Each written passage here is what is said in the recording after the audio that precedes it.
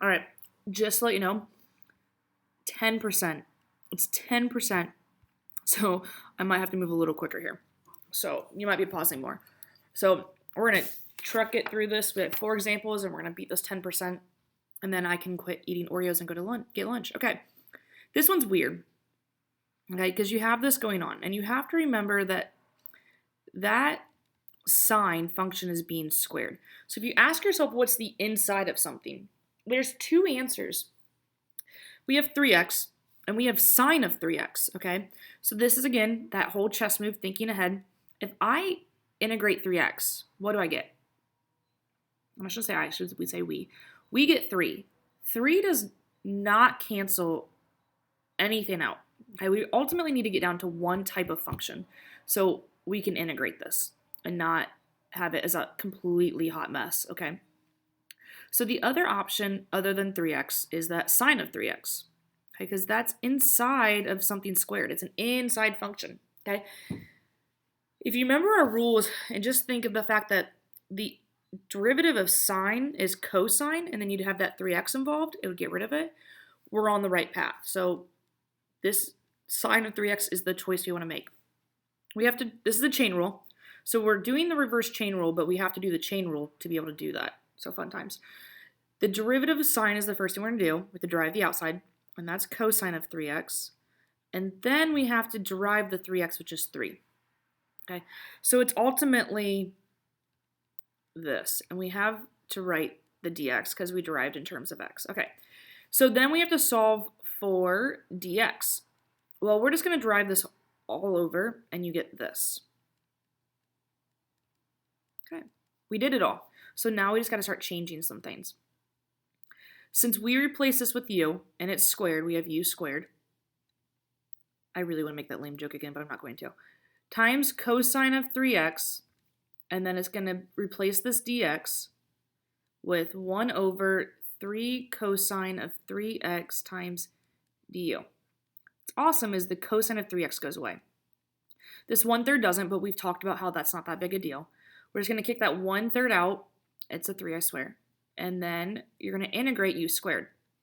Well, we've done that enough that at this point we should know that it's 1/3 u cubed plus c, which gives us 1/9 when you multiply the 1/3 and 1/3 together. And then all you have to do is put the u, or the u back in.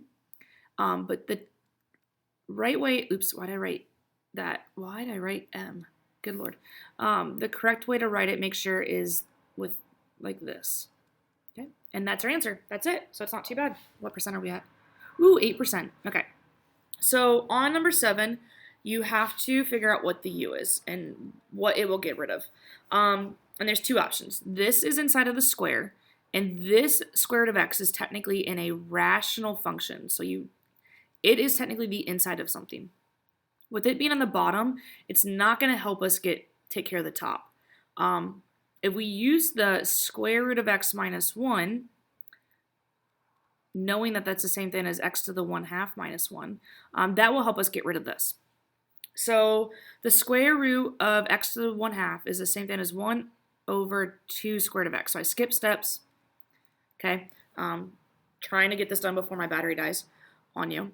And if you solve for dx, you would get 2 square root of x du. So we're going to go through. You have u squared on top, you have the square root of x on bottom, and we're replacing the dx with 2 square root of x du. Well, the square root of x goes away. We're left with 2 and the integral of u squared du, and we've done that a lot today. So we end up with 2/3 u cubed plus c. So our final answer is 2/3 square root of x minus 1 plus c. Again, sorry, it's fast, but we're at 7% and now it's red and I have to get this done. All right, so last 2. All right. There's only one option of what is technically in the inside of the function. And this right here, well, one usable, is the only inside. X is inside of something, but it's not going to help us get rid of this. So we're going to use this cosine of x because it's the only other good option for inside. So let's see what it does. So we are going to use u as cosine of x, If you derive cosine, you get negative sine of x. You have to write dx because you did it in terms of x.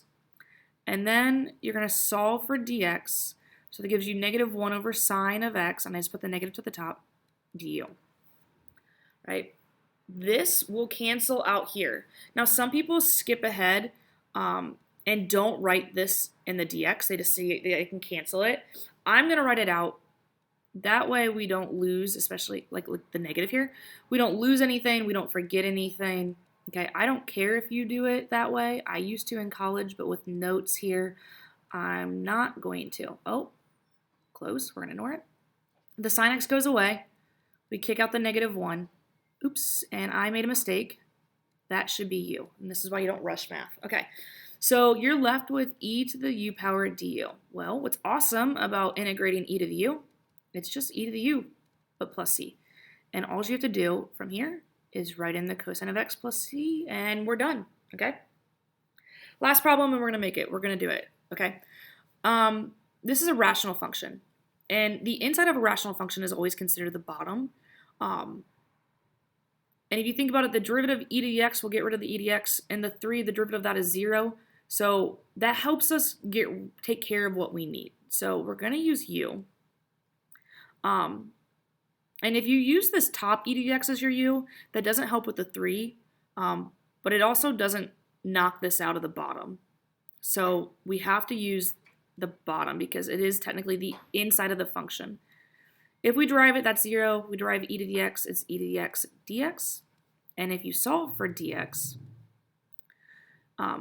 you get 1 over e to the x du. Okay. So e to the x is on top. We took care of the bottom and made it u. And then if we replace the dx with dx that we have 1 over ex times du. And if you notice, the x's are going to cancel. Okay.